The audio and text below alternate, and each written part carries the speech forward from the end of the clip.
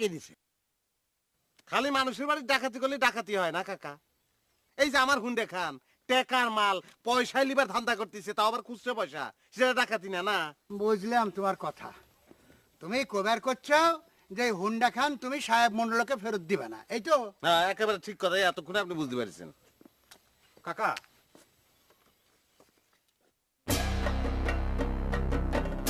আরে মন্দান ভাই, আসেন আসেন। এই অসময় আমাদের গায়ে, এই অসময় তোর সারি সুরিকে আসা লাগলে কি কামে, সেই কথার উত্তর দে তো গুলা। আমি কেবা করে কব? আইসে যখন পড়িছেন একটু বসেন। বসার জন্য আসিনি, বুঝছো? বসার জন্য না বসলে তো আমরা গায়ের অমঙ্গল হবে। তা মোল্লা সাহেবের শরীর ভালো তো? ভালো তো তোমরাই থাকবে দিচ্ছাও না কেন গুলা? মন্ডল সাহেবের কথার দাম কি একদম পড়ে গেছে নাকি? নাকি তুই আসে কোনো খবর দিস না না না না, গোলাম ঠিক খবর দিচ্ছে। তাহলে কথা হচ্ছে যে আমরা একটা ভেজালে ফাঁসে রয়েছি, তো ওই সাধনের বৌমার উপর মা কালী ভর হয়। তা মা কালী ভর করলি তোমার কি? তুমি তো খ্রিস্টান মানুষ, তুমি তো আর কালী পুজো করবে না নাকি করবে? মন্ডল সাহেব তোমার পর হেভি মাইন্ড করেছে, করবি তো। আর তাতেই আমার হেনে আসা। আরে আমার হেনে আসা সাজে নাকি? টেলিভিশনের এত বড় শিল্পী আসবি আমার সাথে দেখা করে? ওরে যা কি করছেন, কখন আসবি? আমরা কি দেখা করে পারবো না? রাখবি না নে? আমাক দেখো তাহলেই হবি নি। আগে যে কামে আইছি সেইটা করে লই, বুঝছা? এগুলা মে হুন্ডা কোনে? এ হুন্ডা কোনে রে? রুইতন কিডা? আমি আমি আমি ও তুই রুইতন। আমার মনে হয় আপনি আমাকে 2-4 বার দেখেছেন। দেখিছি নাকি? হ্যাঁ হয়তো দেখিছি। ব্যস্ত মানুষ বুঝিস, কিছুই মনে থাকে না। তো তুই হুন্ডা মারলো, চল তো যাই দেখি কি হুন্ডা মারিছিস। ওঠ, আর যা কথাবার্তা ওসব মন্ডলের রুটিনে যাই হবে। মানুষ এই বিষয়ে আমরা এতক্ষণ আলাপ করতেছিলাম। আল্লাহর কি রে, মানুষ যে কেমা করে তিলে তাল বানায়। ওরা আনিছি বাচ্চাদের একটা খেলনা হুন্ডা, তাই হয়ে গেল বড়দের হুন্ডা। এখন তো মন্ডল সাহেব আমার একটা হুন্ডা মাইরে দেওয়াই লাগে। কি করছিস তুই এসব?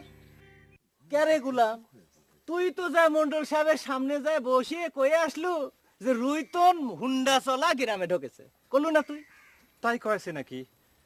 কই, আমি তো কিছুই মনে করবার পারতেছি না। এত তাড়াতাড়ি কথা ভুলে যাওয়ার স্বভাব ভালো না রে গাদা।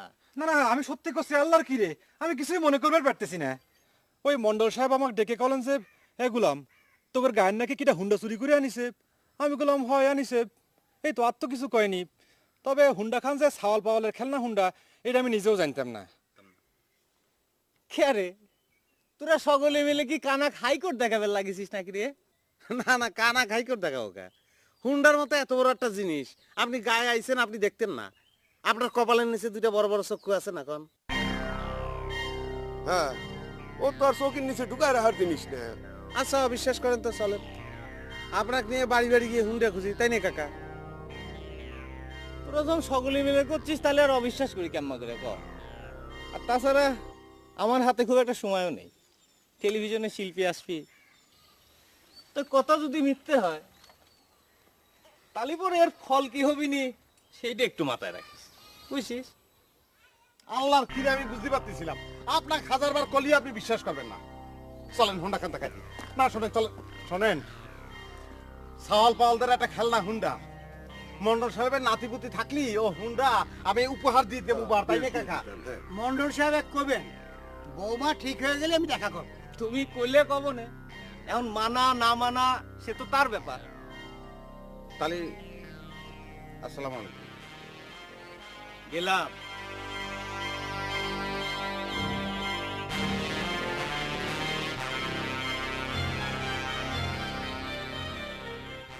এ তুই কি করলু রে রুইতন? মন্ডলে এত বোকা লোক সাব্যস্ত করলু কেমন করে? উরে যা, তুই না সাংঘাতিক ধরিবা সাওল রে রুইতন। হ্যাঁ, তুই দিনে রাত বানায় ফেলালি। অত সহজে মন্ডলে বুঝ দেওয়া যাবে না রে রইতন, তুই ঝামেলাটা আরো জটিল করে ফেলবি। মন্ডলের চোখ শগুনের চোখ। আরে দূর ছুঁয়ে দেন, শকুন তো মরা গরু ছাড়া অন্য কিছু খাইতে পারে না। তুই নিজেও বিপদে পড়বো, গাঁও শুদ্ধে মানসিক বিপদে ফালাবো। এখন ওই মন্ডলেক তোর চোখে মুখে মিশে কথা জবাব আমি কি দিব? তুই বুঝবি, এত পিরিত করে গিয়ে মন্ডলে হুন্ডা চুরির কথা কর কি দরকার ছিল?